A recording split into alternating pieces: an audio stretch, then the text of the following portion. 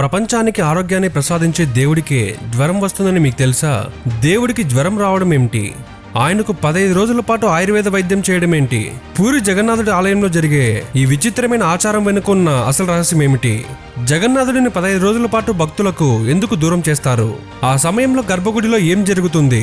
మనిషి చనిపోతే ఆత్మ శరీరాన్ని మారుస్తుందని తెలుసు, కానీ ఏకంగా దేవుడే తన పాత విగ్రహం నుంచి కొత్త విగ్రహంలోకి మార్చే ఆ బ్రహ్మ పదార్థం నిజంగా ఏమిటి? అది శ్రీకృష్ణుడి గుండెనా లేక మరేదైనా దివ్యశక్తా? వీడియో అద్భుతంగా ఉంటుంది, చివరి వరకు చూడండి. మేము కొత్తగా యునైటెడ్ ఆర్ట్ స్టోర్ అనే వెబ్సైట్ లాంచ్ చేశాము. ఫస్ట్ ప్రోడక్ట్ తిరుపతి అలిపిరి స్వామి పాదాల దగ్గర లాంచ్ చేశాము. మన సబ్స్క్రైబర్స్ కోసం లాంచింగ్ ఆఫర్ కింద బై 10 get 1 ఫ్రీ, అంటే 10 తీసుకున్న వాళ్ళకి ఒకటైతే ఫ్రీగా ఇస్తున్నాము. వరలక్ష్మి వ్రతం పూజకి ఒక యూనిక్ ఆర్ట్ వేసిన ప్రీమియం కుందన్ స్టోన్ వర్క్ తో చేసిన ఈ బ్లౌజ్ మీకు కావాలంటే మాకు వాట్సాప్ లో మెసేజ్ చేయండి, లేదా మా వెబ్సైట్ unitedArtStore.com లో అయినా ఆర్డర్ చేసుకోవచ్చు. ఈ ప్రోడక్ట్ ఆగస్ట్ 15th వరకు మాత్రమే ఉంటుంది. లిమిటెడ్ స్టాక్ అయితే ఉంది, త్వరగా ఆర్డర్ చేసుకోండి. యునైటెడ్ ఒరిజినల్స్ ని ఎంతగానో సపోర్ట్ చేశారు. మన యునైటెడ్ ఆర్ట్ స్టోర్ ని కూడా ఇలానే సపోర్ట్ చేయండి. యూనిక్ డివైన్ ప్రొడక్ట్స్ తో మీ ముందుకు వస్తాము. గోవిందా.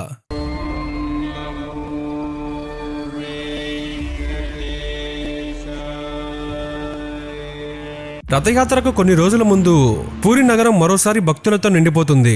కానీ ఈసారి ఉత్సవం రథయాత్రది కాదు, స్నాన పౌర్ణిమ. ఈ రోజు జగన్నాథుడు, బలభద్రుడు, సుభద్రాదేవి ఆలయం నుంచి ప్రత్యేక మండపానికి తీసుకువస్తారు. లక్షలాది మంది భక్తుల సమక్షంలో వారికి పవిత్ర కలశాల నీటితో మహాస్నానం చేయిస్తారు. ఆ దృశ్యం చూసి ప్రతి భక్తుడి కళ్ళల్లో ఆనందాన్ని నింపుతుంది. కానీ ఎవరికి తెలియకుండా ఆ స్నానం ముగిసిన వెంటనే ఒక ఆశ్చర్యకరమైన ప్రకటన జరుగుతుంది. ప్రభువుకు జ్వరం వచ్చింది. మొదటిసారి విన్నవారికి ఇది నమ్మశక్యంగా అనిపించదు. ఆలయ సంప్రదాయం ప్రకారం చల్లని పవిత్ర జలాలతో స్నానం చేసిన తర్వాత జగన్నాథుడు అస్వస్థకు గురయ్యాడని భావిస్తారు. అందుకే ఆయనను వెంటనే ప్రజల దర్శనం నుంచి దూరంగా తీసుకువెళ్తారు. ఈ కాలాన్ని అనసర అని పిలుస్తారు, అంటే ప్రభువు విశ్రాంతి తీసుకునే రోజులు. ఈ 15 రోజుల పాటు ఆలయంలో ఒక విచిత్రమైన నిశ్శబ్దం ఉంటుంది. ఎప్పుడు భక్తులతో కలకల్లాడే గర్భగుడి ఖాళీగా కనిపిస్తుంది. దూరాల నుంచి వచ్చిన భక్తులు ఒకే ప్రశ్న అడుగుతారు, ప్రభువును ఒక్కసారి చూడలేమా? సమాధానం ఇప్పుడు కాదు, ఎందుకంటే ఆయన చికిత్సలో ఉన్నారు. ఇక్కడే ఈ సాంప్రదాయంలోని అందమైన భావం కనిపిస్తుంది. జగన్నాథుడిని దేవుడిగా మాత్రమే కాదు, మన ఇంటి మనిషిలా చూస్తారు. ఆయనకు స్నానం చేయిస్తారు, జ్వరం వస్తుందని భావిస్తారు, ఔషధాలు ఇస్తారు, విశ్రాంతి కూడా కల్పిస్తారు. అది భక్తి మాత్రమే కాదు, ప్రేమ కూడా. ఆ 15 రోజులలో ప్రభువుకు భారమైన నైవేద్యాలు పెట్టరు. ఆయుర్వేద సాంప్రదాయం ప్రకారం తేలికపాటి ఆహారమే సమర్పిస్తారు.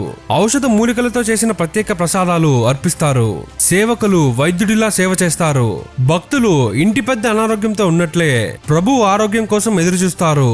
ఈ రోజుల్లో పూరికి దూరంగా ఉన్న భక్తులు బ్రహ్మగిరిలోని అలర్నాథ స్వామిని దర్శించుకోవడానికి వెళ్తారు.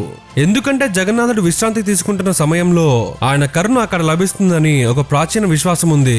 రోజులు గడుస్తాయి, భక్తులు ఎదురుచూపులు పెరుగుతాయి.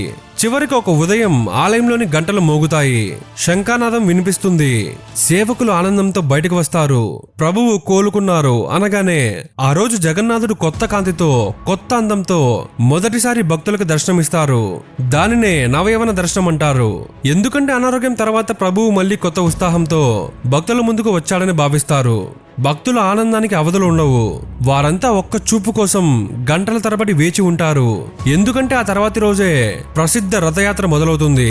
జగన్నాథుడికి నిజంగా మనుషుల్లా జ్వరం వస్తుందని శాస్త్రీయంగా చెప్పడం కాదు, ఇది పూరి ఆలయ భక్తి సంప్రదాయంలోని ఒక పవిత్ర ఆచారం. ఈ ఆచారం ద్వారా దేవుడు దూరంగా ఉన్న శక్తి మాత్రమే కాదని, మన కుటుంబ సభ్యుడని, ఆయనతో మన బంధం ప్రేమతో నిండినదని గుర్తు చేస్తుంది. ప్రపంచానికి ఆరోగ్యాన్ని ఇచ్చేవాడే భక్తుడి ప్రేమ కోసం మనిషిలా అనారోగ్యం పాలైనట్లుగా అంగీకరిస్తారు. అదే జగన్నాథుడి మహిమ. దేవుడికి కూడా కొత్త శరీరం ఎందుకు? మనిషి చనిపోతే ఆత్మ కొత్త శరీరంలోకి వెళ్తుందని హిందూ ధర్మం చెబుతుంది. కానీ దేవుడే తన పాత శరీరాన్ని వదిలి కొత్త శరీరాన్ని ధరిస్తాడంటే ప్రపంచంలో మరే దేవాలయంలో లేని ఈ రహస్యం ప్రతి 12 నుంచి 19 సంవత్సరాలకు ఒక్కసారి మాత్రమే ఎందుకు జరుగుతుంది? ఆ అర్ధరాత్రి నిజంగా ఏం జరుగుతుంది? రాత్రి పూరి నగరం మొత్తం చీకట్లో మునిగిపోతుంది. ఆలయం చుట్టూ కఠిన భద్రత, లోపల ఎవరు ఉండరు, గంటల శబ్దం కూడా వినిపించదు. ఆ రాత్రి పూరి నగరం మొత్తం ఒక రహస్యాన్ని ఊపిరి బిగబెట్టి చూస్తుంది. ఎందుకంటే రాత్రి జగన్నాథుడు తన శరీరాన్ని మార్చుకోబోతున్నాడు. ప్రపంచంలో వేలాది దేవాలయాలున్నాయి. రాతి విగ్రహాలు, లోహ విగ్రహాలు శతాబ్దాలుగా అలాగే ఉంటాయి. కానీ పూరి జగన్నాథుడు మాత్రం వేప చెక్కతో తయారైన దారు విగ్రహం. చెక్క కాలంతో పాతబడుతుంది, అరిగిపోతుంది, అది ప్రకృతి ధర్మం. కానీ జగన్నాథుడు ప్రపంచానికి ఒక గొప్ప సందేశం ఇస్తాడు. శరీరం మారుతుంది కానీ ఆత్మ మారదు. అదే నవకలేబరం. నవ అంటే కొత్త, కలేబరం అంటే శరీరం, అంటే కొత్త శరీరం అని అర్థం. ఈ ఉత్సవం ప్రతి సంవత్సరం జరగదు. ఆషాఢ మాసం అధిక మాసంతో కలిసి వచ్చిన ప్రత్యేక సంవత్సరంలో మాత్రమే జరుగుతుంది. కొన్నిసార్లు 12 సంవత్సరాలకు, ఇంకొన్నిసార్లు 19 సంవత్సరాలకు జరుగుతుంది. అది పంచాంగం నిర్ణయిస్తుంది. ఉత్సవం ప్రారంభమయ్యే ముందు ఒక అద్భుతమైన యాత్ర మొదలవుతుంది. దైతాపతి సేవకులు ఆలయం నుంచి బయలుదేరతారు. వాళ్ళు సాధారణ చెట్టు కోసం వెతకరు, దారు బ్రహ్మం కోసం వెతుకుతారు. ప్రత్యేకమైన వేప చెట్టు. కానీ ఆ చెట్టుకు కొన్ని గుర్తులు ఉండాలి. చెట్టుకు దగ్గరలో ఒక నది కూడా ఉండాలి, ఒక శ్మశానం ఉండాలి, ఒక పుట్ట కూడా ఉండాలి. కొన్ని సంప్రదాయాల్లో శంఖం, చక్రం, గద, పద్మం వంటి సహజ గుర్తులు కూడా ఉండాలని చెప్తారు. అన్ని సరిపోతేనే ఆ చెట్టును ఎంపిక చేస్తారు. ఎందుకంటే అది సాధారణ చెట్టు కాదు, భగవంతుడి కొత్త శరీరం. చెట్టును నరికే ముందు రోజుల తరబడి యజ్ఞాలు చేస్తారు, మంత్రాలు చదువుతారు, క్షమాపణలు కోరుతారు. ఆ తర్వాత బంగారు గొడ్డలి, వెండి గొడ్డలి, ఇనుప గొడ్డలితో చెట్టును నరికే సంప్రదాయం ఉంది. ప్రతి దెబ్బ ఒక ప్రార్థన, ప్రతి శబ్దం ఒక మంత్రం. ఆ చెక్కను అత్యంత గౌరవంగా పూరికి తీసుకొస్తారు. ప్రత్యేక ప్రదేశంలో కొత్త విగ్రహాలను చెక్కడం ప్రారంభమవుతుంది. బయట ప్రపంచానికి ఎవరిని అనుమతించరు. ఎలా చెక్కుతారు, ఎవరు చెక్కుతారు, ఏ మంత్రాలు చదువుతారు, ఇలా చాలా విషయాలు ఈ రోజుకి సంప్రదాయ రహస్యాలుగా ఉన్నాయి. ఆ తర్వాత భారతదేశంలో అత్యంత మర్మమైన రాత్రి ఆలయ తలుపులు మూసివేస్తారు, విద్యుత్ దీపాలు ఆర్పివేస్తారు. దైతాపతి సేవకులు ప్రత్యేక నియమాలతో పాత విగ్రహాల ముందు నిలబడతారు. సంప్రదాయం ప్రకారం వారి కళ్ళకు గంతలు కడతారు, చేతులకు వస్త్రాలు చుడతారు. ఎందుకంటే వారు తాకబోయేది బ్రహ్మ పదార్థం. అది ఏమిటి? శాలగ్రామమా, శ్రీకృష్ణుని అవశేషమా, దివ్యశక్తికి ప్రతీకమా? నిజమేమిటో ఎవరు బయటికి చెప్పరు. ఆలయం కూడా ఎప్పుడు ప్రకటించలేదు. అదే ఈ రహస్యాన్ని ఇంకా పవిత్రంగానే ఉంచింది. పాత విగ్రహంలో ఉన్న పవిత్ర బ్రహ్మ పదార్థాన్ని కొత్త విగ్రహంలోకి ప్రతిష్ఠిస్తారు.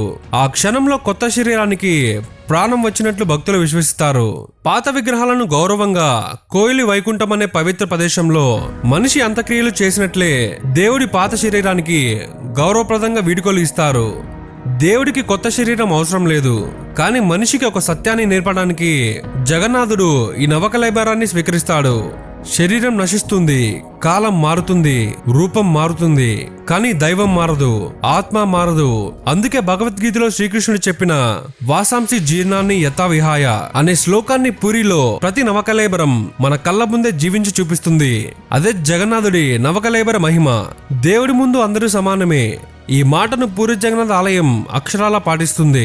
అక్కడి నియమాలు ఎంత కఠినంగా ఉంటాయంటే వాటి ముందు దేశాన్ని శాసించే ప్రధానమంత్రి అయినా సరే తల వంచాల్సిందే. దానికి సజీవ సాక్ష్యమే ఒక చారిత్రక సంఘటన. అది 1984 సంవత్సరం.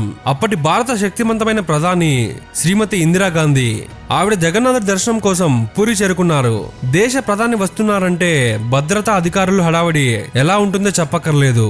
కానీ ఆలయ సింహద్వారం దగ్గరకు రాగానే ఒక అనూహ్య సంఘటన జరిగింది. ఆలయ సేవకులు ఇందిరాగాంధీని గుడిలోకి ప్రవేశించకుండా అడ్డుకున్నారు. దానికి కారణం పూరి ఆలయ కఠిన నియమాలు.